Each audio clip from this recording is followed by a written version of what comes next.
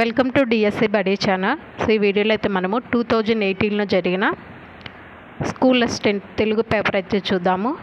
So దీంట్లో మనకి previous papers కూడా 2000 నుంచి జరిగిన ప్రీవియస్ పేపర్స్ కూడా ఉన్నాయి. ఒకసారి చూసుకోండి ప్రీవియస్ పేపర్స్. సో ఈ వీడియోలో మనకి ఫస్ట్ జీకే అండ్ కరెంట్ అఫైర్స్కి ఇచ్చారు. సో ఎవరైనా ఛానల్ ఫస్ట్ టైం చూసినట్లయితే సబ్స్క్రైబ్ చేసుకోండి, అలాగే వీడియో అనేది లైక్ చేయడం మర్చిపోకండి. సో దీంట్లో మనకి ఫస్ట్ బిట్ వచ్చి రాజ్యాంగం నందలి ఈ ఆర్టికల్ ప్రకారం దేవనాగరి లిపిలోనున్న హిందీ భాష అధికార భాషగా ఉంటుంది అని అడిగారు. సో దీనికి ఆన్సర్ వచ్చి మనకి ఆర్టికల్ 343 clause 1 ఆప్షన్ 1 అనేది కరెక్ట్ ఆన్సర్. నెక్స్ట్ బిట్ వచ్చి poverty and British rule in India గ్రంథ రచయిత ఎవరు? Poverty and on British rule in India గ్రంథ రచయిత ఎవరు అని అడిగారు. సో దీని ఆన్సర్ వచ్చి మనకి దాదాబాయి నవరోజీ. సో మనకి గ్రంథాల గురించి కంపల్సరీ ఒక బిట్ అయితే వస్తుంది. నెక్స్ట్ బిట్ వచ్చి గోల్డెన్ ఫైబర్ రివల్యూషన్ ఈ ఉత్పత్తికి సంబంధించినది అని అడిగారు. గోల్డెన్ ఫైబర్ రివల్యూషన్ అనేది ఈ ఉత్పత్తికి సంబంధించింది అని అడిగారు. సో గోల్డెన్ ఫైబర్ అనేది మనకి నూలుని అంటాం. సో దీనికి ఆన్సర్ వచ్చి నూలు. నెక్స్ట్ బిట్ వచ్చి ఈ రాష్ట్రానికి చెందిన మొట్టమొదటి విమానాశ్రయం ఇటీవల భారత ప్రధానమంత్రి గారిచే ప్రారంభించబడినది అని అడిగారు. సో దీని ఆన్సర్ వచ్చి మనకి సిక్కి. నెక్స్ట్ బిట్ వచ్చి శాంతి మరియు అభివృద్ధి కొరకు ప్రపంచ సైన్స్ దినము జరిపే రోజు ఎప్పుడు అని అడిగారు. సో దీని ఆన్సర్ వచ్చి మనకి నవంబర్ 10. శాంతి మరియు అభివృద్ధి కొరకు సైన్స్ దినము జరిపే రోజు వచ్చి నవంబర్ 10. నెక్స్ట్ బిట్ వచ్చి చివరి నందపాలకుడు ఎవరు అని అడిగారు. చివరి నందపాలకుడు. సో చివరి నందపాలకుడు వచ్చి మనకి ధననంద. సో దీనికి ఆన్సర్ వచ్చి ధననంద. నెక్స్ట్ బిట్ వచ్చి ఇండియాలో వన్యమృగ కేంద్రం ఇచ్చట కలదు. సో వన్యమృగ కేంద్రం అనేది ఇచ్చట కలదు అని అడిగారు. సో దీని ఆన్సర్ వచ్చి మనకి డెహ్రాడూన్.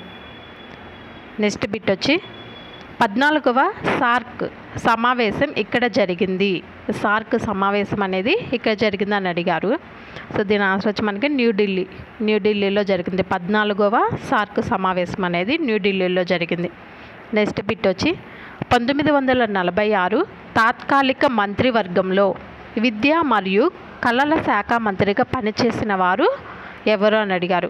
1946 తాత్కాలిక మంత్రివర్గంలో విద్య మరియు కళల శాఖ మంత్రిగా పనిచేసిన వారు. సో ఎవరంటే జగజ్జీవన్ రామ్.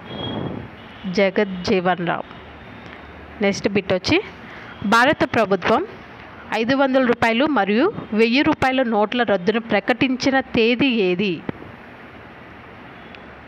సో ఎప్పుడు ఏ తేదీన రద్దు చేశారంటే నవంబర్ 8, 2016. నెక్స్ట్ బిట్ వచ్చి మానవుని శరీర సాధారణ ఉష్ణోగ్రత అని అడిగారు. మానవుని శరీర సాధారణ ఉష్ణోగ్రత ఇక్కడ మనకు వచ్చి ఫారెన్ హీట్స్లో ఇచ్చారు. సో దీని ఆన్సర్ వచ్చి సో మానవుని యొక్క సాధారణ ఉష్ణోగ్రత వచ్చి ఫారెన్ హీట్స్లోకి వచ్చి మనకి 98.4 degrees ఉంటుంది. 98.4 degrees foreign heat. Next bit వచ్చి బ్లూ విట్రియోల్ అనేది దీని యొక్క సాధారణ నామము. బ్లూ విట్రియోల్ అనేది దీని యొక్క సాధారణ నామం అని అడిగారు. సో దేని యొక్క సాధారణ నామం అవుతుంది ఇది? కాపర్ సల్ఫేటా, పొటాషియం నైట్రేటా, మెగ్నీషియం హైడ్రాక్సైడా, అమోనియం సల్ఫేటా? సో దీనికి ఆన్సర్ వచ్చి మనకి కాపర్ సల్ఫేట్ యొక్క సాధారణ నామం వచ్చి బ్లూ విట్రియోల్. నెక్స్ట్ బిట్ వచ్చి నేతాజీ సుభాష్ క్రీడా సంస్థ ఇచ్చట కలదు అని అడిగారు. సో నేతాజీ సుభాష్ క్రీడా సంస్థ అనేది ఎక్కడుంది? వటియాలాలో ఉంది. నెక్స్ట్ బిట్ వచ్చి ప్రపంచ వాణిజ్య సంస్థ ముఖ్య కార్యాలయము ఇచ్చట కలదు అని అడిగారు. ప్రపంచ వాణిజ్య సంస్థ ముఖ్య కార్యాలయం సో ఎక్కడుంది? జెనీవానా, న్యూయార్కా, ప్యారిసా, బ్రెజిలా? సో జెనీవాలో ఉంది. ప్రపంచ వాణిజ్య సంస్థ ముఖ్య కార్యాలయం వచ్చి జెనీవాలో ఉంది. నెక్స్ట్ బిట్ వచ్చి వార్ అండ్ పీస్ గ్రంథకర్త ఎవరు? వార్ అండ్ పీస్ గ్రంథకర్త ఎవరు అని అడిగారు. సో మనం బుక్కులకు సంబంధించే 2 బిట్స్ అడిగారు ఈ పేపర్లో అయితే. సో దీనికి ఆన్సర్ వచ్చి మనకి లియో టాల్స్టాయ్. నెక్స్ట్ బిట్ వచ్చి ప్రస్తుత యుఎస్ సెక్రటరీ జనరల్ ఎవరు అని అడిగారు. సో దీని ఆన్సర్ వచ్చి ఆంటోనియో గుటెరెస్. నెక్స్ట్ బిట్ వచ్చి మిబ్లిక్ అనే పదం ఈ ఆటలో వాడతారు. మిబ్లిక్ అనే పదం ఈ ఆటలో వాడతారు అని అడిగారు. సో ఏ ఆటలో వాడతారు? క్రికెటా, ఫుట్బాలా, గోల్ఫా, టెన్నిసా? సో ఈ పదం వచ్చి మనకి గోల్ఫ్లో వాడతారు. మిబ్లిక్ అనే పదం వచ్చి గోల్ఫ్లో వాడతారు. నెక్స్ట్ బిట్ వచ్చి వందే మాతరం జాతీయ గేయ రచయిత ఎవరు అని అడిగారు. వందే మాతరం జాతీయ గేయ రచయిత ఎవరు అని అడిగారు. సో దీనికి ఆన్సర్ వచ్చి మనకి బంకిం చంద్ర చటర్జీ. నెక్స్ట్ బిట్ వచ్చి టిఎం కృష్ణకు రామన్ మెగాసెసే అవార్డు ఇవ్వబడిన సంవత్సరం ఏది అని అడిగారు. టిఎం కృష్ణకు రామన్ మెగాసెసే అవార్డు ఇవ్వబడిన సంవత్సరం వచ్చి 2016. నెక్స్ట్ బిట్ వచ్చి కేంద్ర ఆహార సాంకేతిక పరిశోధన సంస్థ ఇచ్చట కలదు. కేంద్ర ఆహార సాంకేతిక పరిశోధన సంస్థ అనేది ఇక్కడ కలదు అని అడిగారు. సో కేంద్ర ఆహార సాంకేతిక సంస్థ అనేది మైసూర్లో ఉంది. సో కరెక్ట్ ఆన్సర్ వచ్చి మైసూర్. నెక్స్ట్ బిట్ వచ్చి బాహ్య పరీక్షల సంఖ్య తగ్గించాలి. మాధ్యమిక పాఠశాల ముగింపు దశలో ఒకే ఒక పబ్లిక్ పరీక్ష మాత్రమే నిర్వహించాలి అనే విషయాన్ని సిఫారసు చేసిన కమిషన్ లేదా కమిటీ ఏది అని అడిగారు. సో ఏ కమిటీ అనేది సిఫారసు చేసింది? మాధ్యమిక విద్యా కమిషన్ 1952-53. సో ఆప్షన్ 2 వచ్చి doctor Tarachand committee. Next university విద్యా కమిషన్, భారతీయ విద్యా కమిషన్ అని ఇచ్చారు. సో కరెక్ట్ ఆన్సర్ అనేది ఏమవుతుంది? మాధ్యమిక విద్యా కమిషన్ 1952-53. దీన్నే మొదలియార్ కమిషన్ అంటాము. నెక్స్ట్ బిట్ వచ్చి ఈ కమిషన్ మార్గదర్శకత్వం మరియు మంత్రణం గైడెన్స్ అండ్ కౌన్సిలింగ్ను విద్యలో ఒక అంతర్భాగం చేయాలని సిఫారసు చేసిందని అడిగారు. సో దీనికి ఆన్సర్ వచ్చి మనకి భారతీయ విద్యా కమిషన్. భారతీయ విద్యా కమిషన్ 1964-66. నెక్స్ట్ బిట్ వచ్చి క్రింది వాణిలో ఉపాధ్యాయ విద్యకు సంబంధించిన జాతీయ స్థాయి సంస్థ ఏజెన్సీ ఏది అని అడిగారు. ఉపాధ్యాయ విద్యకు సంబంధించిన జాతీయ స్థాయి సంస్థ అనేది ఏది అని అడిగారు. సో దీని ఆన్సర్ వచ్చి మనకి centre for advance studies of education, CASE. Option 3 అనేది కరెక్ట్ ఆన్సర్. నెక్స్ట్ బిట్ వచ్చి ఉపాధ్యాయుడు శాశ్వత విలువలకు చిహ్నంగా ఉండాలి. ఉపాధ్యాయుడు శాశ్వత విలువలకు చిహ్నంగా ఉండాలి. ఈ క్రింది వానిలో శాశ్వత విలువ కానిది ఏది అని అడిగారు. సో శాశ్వత విలువ కానిది ఏంటి? సత్యమా, మంచితనమా, ప్రేమానా, దయానా? సో శాశ్వత విలువ కానిది దయ. నెక్స్ట్ బిట్ వచ్చి ఆంధ్రప్రదేశ్ ప్రాథమిక విద్యా ప్రాజెక్ట్ ఈ తేదీ నుండి అమలు చేయబడినది. ప్రాథమిక విద్యా ప్రాజెక్ట్ అనేది ఈ తేదీ నుండి అమలు చేయబడినది అని అడిగారు. సో దీని ఆన్సర్ ఇది ఆంధ్రప్రదేశ్ ప్రాథమిక విద్యా ప్రాజెక్ట్ అనేది ఎస్ఎస్ఏగా మార్చబడింది. అప్పుడు 2000 నుంచి 2001 అది అమల్లోకి వచ్చింది. సో దీనికి ఆన్సర్ అయితే ఇక్కడ లేదు. నెక్స్ట్ బిట్ వచ్చి ఈ క్రింది వాణిలో సర్వశిక్ష అభియాన్ లక్ష్యం కానిది ఏది అని అడిగారు. సర్వశిక్ష అభియాన్ లక్ష్యం కానిది. సో ఇక్కడ ఆప్షన్ 1 వచ్చి మనకి 2003 సంవత్సరం నాటికి బాలలందరూ పాఠశాలలో, ఎడ్యుకేషన్ గ్యారంటీ సెంటర్లో, ప్రత్యామ్నాయ పాఠశాలలో, బ్యాక్ టు స్కూల్ క్యాంప్లో ఉండాలి అని ఇచ్చారు. నెక్స్ట్ ఆప్షన్ వచ్చి 2007 సంవత్సరం నాటికి బాలలందరూ 5 సంవత్సరాల ప్రాథమిక విద్యను పూర్తి చేసి ఉండాలి. నెక్స్ట్ ఆప్షన్ వచ్చి 2010 సంవత్సరం నాటికి సార్వత్రిక నిలుపుదల. నెక్స్ట్ ఆప్షన్ వచ్చి లింగ మరియు సామాజిక వర్గాల మధ్య గల వ్యత్యాసాన్ని మాధ్యమిక స్థాయిలో 2007 నాటికి, ఉన్నత విద్యా స్థాయిలో 2010 నాటికి పూరించాలని ఇచ్చారు. సో ఇక్కడ ఏమడిగారు మనని, లక్ష్యం కానిదేది అని అడిగారు. సో దీని ఆన్సర్ అనేది ఏమవుతుంది, ఆప్షన్ 4 అనేది సర్వశిక్ష అభియాన్కి సంబంధించిన లక్ష్యం కాదు. నెక్స్ట్ బిట్ వచ్చి సమాచార హక్కు చట్టం ఈ విధంగా సూచిస్తుంది. సమాచార హక్కు చట్టం అనేది ఈ విధంగా సూచిస్తుంది అని అడిగారు. సో దీనికి ఆన్సర్ వచ్చి ప్రతి పౌరునికి మాట్లాడే మరియు వ్యక్తీకరణ స్వేచ్ఛ ఉంటుంది. నెక్స్ట్ బిట్ వచ్చి విద్యా హక్కు చట్టం ప్రకారం ఈ పత్రం లేనిచో పాఠశాలలో ఏ విద్యార్థికి ప్రవేశం నిరాకరింపబడరాదు. విద్యా హక్కు చట్టం ప్రకారం ఈ పత్రం లేనిచో అన్నారు. సో ఆన్సర్ అనేది ఏమవుతుంది, వయసు నిర్ధారణ పత్రం. నెక్స్ట్ బిట్ వచ్చి పాఠశాల విద్య కోసం జాతీయ విద్యా ప్రణాళిక చట్టం 2000 NCFSE 2000 సమీక్షించుటకు ఏర్పాటు చేయబడిన జాతీయ ఫోకస్ గ్రూపుల సంఖ్య ఎంత అని అడిగారు. సో దీని ఆన్సర్ వచ్చి మనకి 21. నెక్స్ట్ బిట్ వచ్చి క్రింది వానిలో సరైన జతని ఎంపిక చేయండి. సరైన జతని ఎంపిక చేయండి అని అడిగారు. ఇక్కడ ఫస్ట్ వచ్చి మనకి విద్యలో సవాళ్ళు ఒక విధాన దృక్పథం ఇచ్చారు. శ్రీ ఆజు 1986 అని ఇచ్చారు. నెక్స్ట్ బిట్ వచ్చి నెక్స్ట్ ఆప్షన్ వచ్చి విద్య జాతీయ అభివృద్ధి ఆచార్య రామ్మూర్తి కమిటీ. నెక్స్ట్ ఆప్షన్ వచ్చి భారం లేని విద్య కొఠారి కమిషన్. నెక్స్ట్ ఆప్షన్ వచ్చి జ్ఞానవంతమైన మానవ సమాజం కోసం ఎస్పాల్ కమిటీ అని ఇచ్చారు. క్రింది వానిలో సరైన జతను ఎంపిక చేయండి అన్నారు. సో దీనికి ఆన్సర్ వచ్చి మనకి, సో ఒకసారి ఈ ఆప్షన్ అయితే చెక్ చేసుకోండి. విద్యలో సవాలు ఒక విధాన దృక్పథం అని ఇచ్చారు. సో ఇక్కడ కొంచెం రాంగ్గా పడిందే, అదైతే ఒకసారి చెక్ చేసుకోండి. నెక్స్ట్ బిట్ వచ్చి సైకాలజీకి సంబంధించిన బిట్స్ వచ్చి అడిగారు. మారుతున్న పరిస్థితులకు అనుగుణంగా ప్రవర్తనలో వచ్చే మార్పు, మారుతున్న పరిస్థితులకు అనుగుణంగా ప్రవర్తనలో వచ్చిన మార్పు అనేది ఏంటి, సర్దుబాటు అవుతుందా, అనుగుణ్యత అవుతుందా, అల్గారిథం అవుతుందా, సహజ సామర్థ్యం అవుతుందా. దీని ఆన్సర్ వచ్చి మనకి సర్దుబాటు అని అలాగే అల్గారిథం రెండు అవుతుంది. నెక్స్ట్ బిట్ వచ్చి ఒక ఉపాధ్యాయురాలు తన తరగతిలో పిల్లలు విభిన్నంగా ఉండటానికి కారణాలు కనుగొనడానికి ప్రయత్నించింది.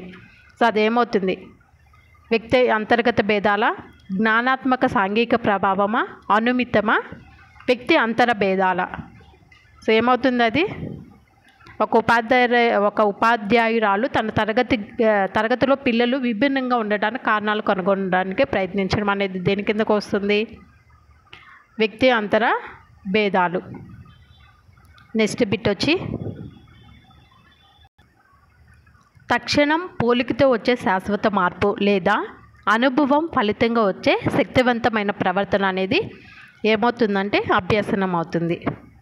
నెక్స్ట్ బిట్ వచ్చి ఏదైనా ఒక పనిని కొత్తగా విభిన్నంగా చేయటం.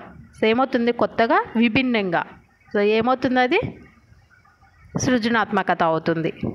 నెక్స్ట్ బిట్ వచ్చి దీర్ఘకాలిక స్మృతిలో సమాచారాన్ని గుర్తించడానికి సహాయపడే ఉద్దీపన ఏంటని అడిగారు. దీర్ఘకాలిక స్మృతిలో సమాచారాన్ని గుర్తించడానికి సహాయపడే ఉద్దీపన అనేది ఏమవుతుంది, జ్ఞప్తికి తెచ్చుకొని సంజ్ఞలు అవుతుంది. నెక్స్ట్ బిట్ వచ్చి ఈ రకానికి చెందిన బాలలను గుర్తించడానికి టెర్మన్ వ్యక్తిగత మరియు సామూహిక పరీక్షలు వినియోగించారు. సో ఏ రకమైన వాళ్ళని, వరదత్తులు. నెక్స్ట్ బిట్ వచ్చి ఒక వ్యక్తి లక్షణాలను ప్రవర్తన రీతి మరియు మానసిక ప్రక్రియల ద్వారా తెలియజేసేది. ఒక వ్యక్తి యొక్క లక్షణాలను అలాగే ప్రవర్తన రీతి మరియు మానసిక ప్రక్రియ ద్వారా తెలియజేసేది ఏంటి, అభ్యసనమా, ప్రజ్ఞాన, వైఖరినా, మూర్తిమత్వమా. సేమ్ అవుతుంది మూర్తిమత్వం. నెక్స్ట్ బిట్ వచ్చి ఎక్కువ స్పృహలో మరియు వాస్తవికతలో ఉండే మనసు భాగం అహం. సో దీని ఆన్సర్ వచ్చి మనకి అహం. నెక్స్ట్ బిట్ ఉంది, దేహం యొక్క అంతర్గత సమతుల్యతను పాటించుటే. దేహం యొక్క అంతర్గత సమతుల్యతను పాటించటం అనేది ఏంటి? సమతా స్థితి.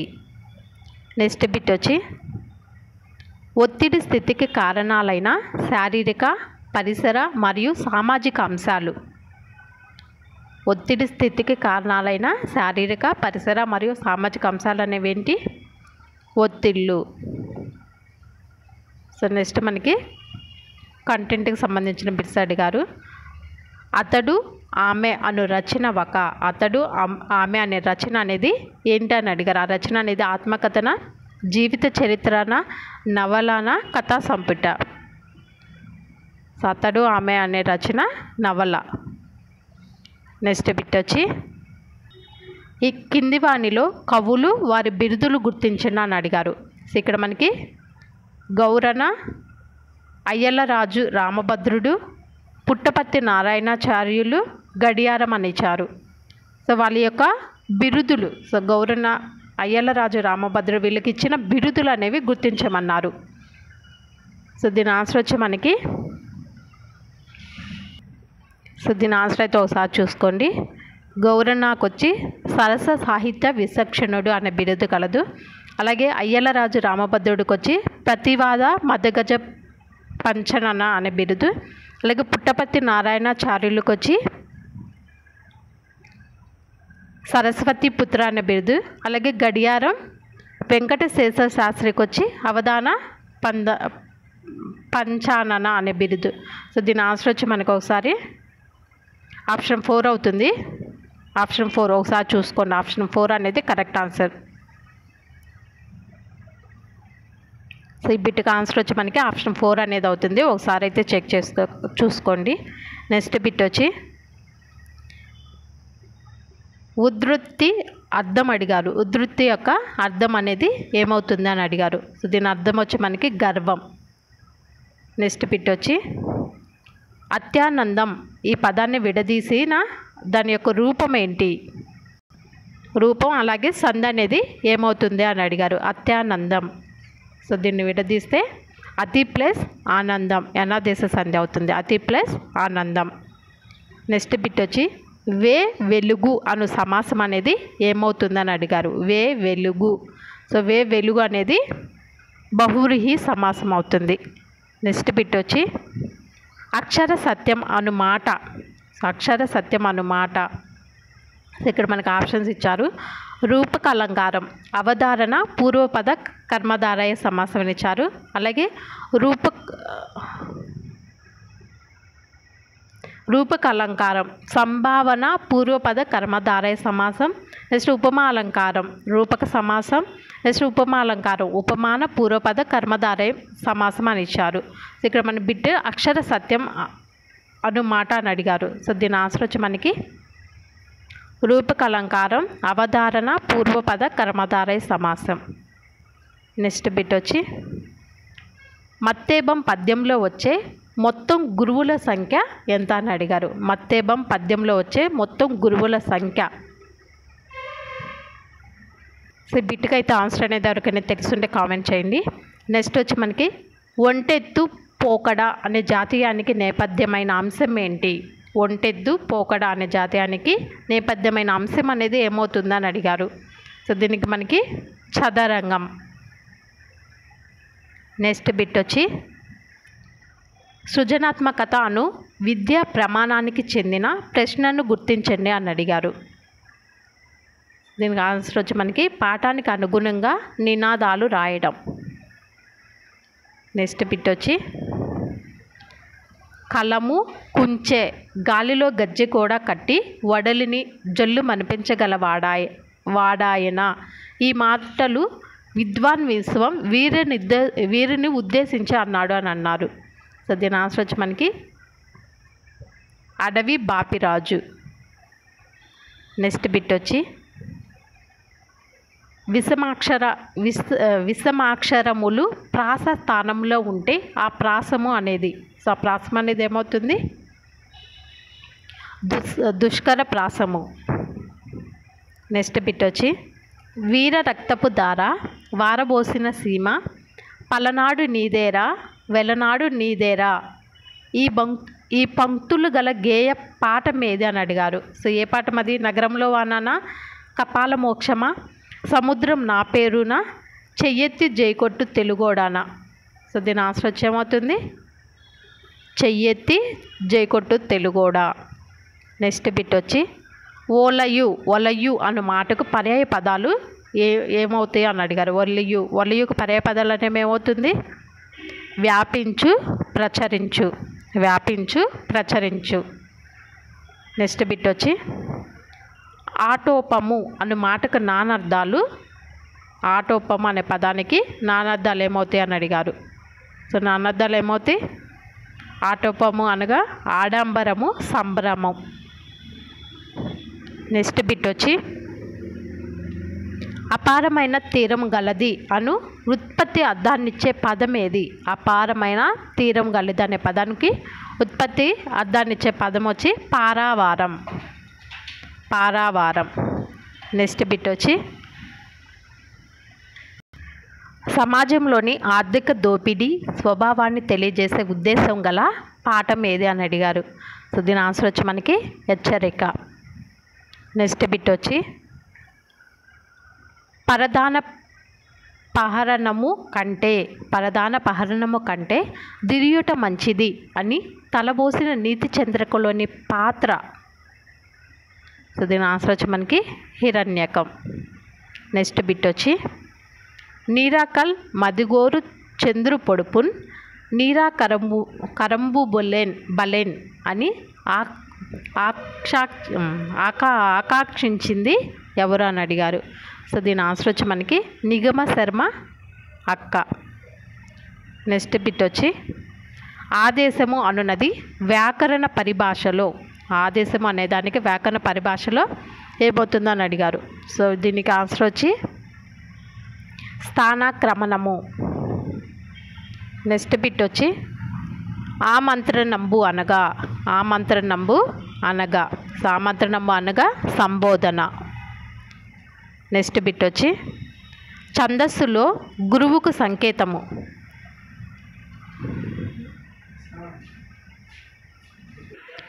నెక్స్ట్ బిట్ వచ్చి ఛందస్సులో గురువుకు సంకేతము అని అడిగారు. ఛందస్సులో గురువుకి సంకేతము. దీని ఆన్సర్ వచ్చి అర్ధచంద్రాకృతి. నెక్స్ట్ బిట్ వచ్చి నవయసో వసనంబు లవని కర్పించుయ ఎచ్చెల్వ నల్లని వల్వ చించెననగా ఈ పద్యపాదంలోని అలంకారం ఏంటి అని అడిగారు. దీని అలంకారం వచ్చి మనకి ఉత్ప్రేక్ష అలంకారం. నెక్స్ట్ బిట్ వచ్చి కింది 2 వరుసలలోని అంశాలను జతపరచండి. ఇక్కడ మనకి 2 వరుసలు ఇచ్చారు. సో వాటిని జతపరచండి అని ఇచ్చారు. సో ఇక్కడ ఏమి ఇచ్చారు? వచ్చి, వచ్చిన, వస్తే, వస్తు అని ఇచ్చారు. సో ఏమవుతాయి?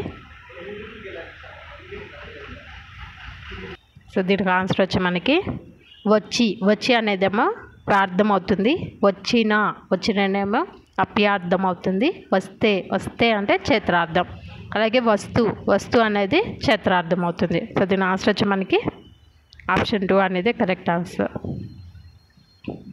నెక్స్ట్ బిట్ వచ్చి శ్రీకాళహస్తి మహత్యములో లేని కథ ఏది అని అడిగారు. శ్రీకాళహస్తి మహత్యములో లేని కథ. సో దీని ఆన్సర్ వచ్చి గుణనిధి కథ. నెక్స్ట్ బిట్ వచ్చి అరదము అను మాటకి ప్రకృతి పదం. అరదము అనే మాటకి ప్రకృతి పదం వచ్చి రథము. నెక్స్ట్ బిట్ వచ్చి పద్యాది నుండి పద్యాంతము వరకు, పద్యాంతం నుండి పద్యాది వరకు చదివినను ఒకే విధంగా ఉండు చిత్ర కవిత. సో దీని ఆన్సర్ వచ్చి పద్యభ్రమకం. నెక్స్ట్ బిట్ వచ్చి హాస్యరస ప్రధానమైన రూపకం వచ్చి ప్రహాసనము. నెక్స్ట్ బిట్ వచ్చి ఏటికి ఎదురీదుతున్నట్లే జీవితం. ఈ మాటలు ఏటికి ఎదురీదుతున్నట్లే జీవితం. ఈ మాటలు అనేవి ఏంటి? ఊతకర్ర కథలో తండ్రివా, అంపకం కథలో తండ్రివా, కుంకుడాకు కథలో పార్వతమ్మవా, కనువిప్పు నాటకంలో మల్లయ్యవా అని అడిగారు. సో దీని ఆన్సర్ వచ్చి మనకి ఊతకర్ర కథలో తండ్రివి. నెక్స్ట్ బిట్ వచ్చి విశేష్యాలతో ఏర్పడు సమాసం ఏంటి అని అడిగారు. సో ఏ సమాసం అది? సమానాధికరణం. నెక్స్ట్ బిట్ వచ్చి అపహన్న పుంసకముల కథాంతములకు చివర చేరు ప్రత్యయం.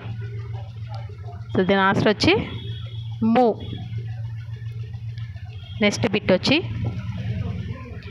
ఆధ్యాత్మిక బలంతో ధార్మిక జీవనంతో నడిచిన మహాత్ముని మార్గం జాతికి క్షేమకరం అనే సందేశాన్ని ఇచ్చే పాఠం ఏది అని అడిగారు. సో ఏ పాఠం అది? ఆకాంక్ష.